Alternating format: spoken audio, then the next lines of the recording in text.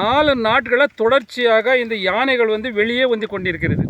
3 நாள் அப்போ பார்த்தா இந்த டொமாட்டோ தோட்டத்தில் வந்து கோவிந்த ரெட்டி யசோதம்மா என்பவர் தோட்டத்தில் 1 ஏக்கர் டொமாட்டோ சேதாரம். அதே போல் பக்கத்தில் அருகிலே அதே அனுமந்தபுரி கிராமத்துக்கு சேர்ந்த யசோதம்மா பிரமிளா பையாரெட்டி அவர்களது நெல் பயிர் சேதாரம். அதே போல் மறுநாள் வந்து ஆரூப்பள்ளி கிராமத்துக்கு சேர்ந்த ராமகிருஷ்ணா ரெட்டி என்பவர் தோட்டத்தில் வந்து வீரலக்காய் வந்து சேதாரமாக இருக்குது. அதே போல் வந்து இந்த காம்பவுண்டுக்கு போட்டி இருக்கக்கூடிய கல்லுகள் வந்து 10 கல் தள்ளிட்டு உள்ளே நுழைஞ்சிருக்கு யானை. இது இல்லாத நேற்று முன்தினம் இரவு வந்து ஆரூப்பள்ளி அருகில் வந்து முனிராஜ் ரெட்டி என்பவர் தோட்டத்தில் வந்து 100க்கும் மேற்பட்ட வாழைமரை சாப்பிட்டு சேதாரம் படுத்திருக்கு போயிருக்குது.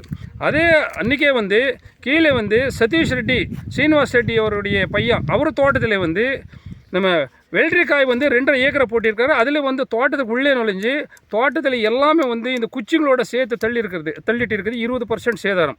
இதில் வந்து 20 பேர் கொண்ட ஆளுங்களை வைத்து கொண்டு குச்சி கொடுத்து அவங்க எல்லாமே தோட்டம் வந்து புதிதாக கட்டியிருக்காரு.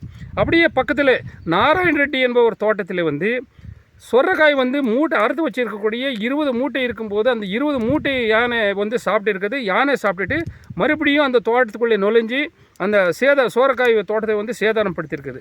அடிக்கடி வந்து விவசாயிகள் விளைநிலங்கள் தோட்டங்களை வந்து இந்த மாதிரி சேதாரம் படுத்தா வனத்துறை அதிகாரிகள் வந்து சரியான முறை இழப்பீடு கொடுக்கறதில்லை. அதே போல் நம்ம தமிழக அரசாங்கம் வந்து சரியான முறையில் இழப்பீடு கொடுக்கறதில்லை.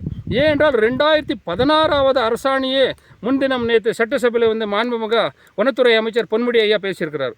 இது 2016க்கு இப்போ 24க்கு வந்து எவ்வளோ வந்து இழப்பீடு தொகையை ஏற்றிருக்கிறார் என்பது நமக்கு முக்கியமாக வேணும்.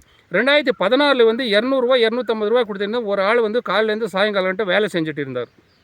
இப்போ இந்த 2025 வந்து முழுக்க நாம் வேலை செய்யணும் அப்படின்னு சொன்னால் ஒரு ஆளுக்கு வந்து ஒரு நாளுக்கு வந்து 900 ரூபா செலவாகுது.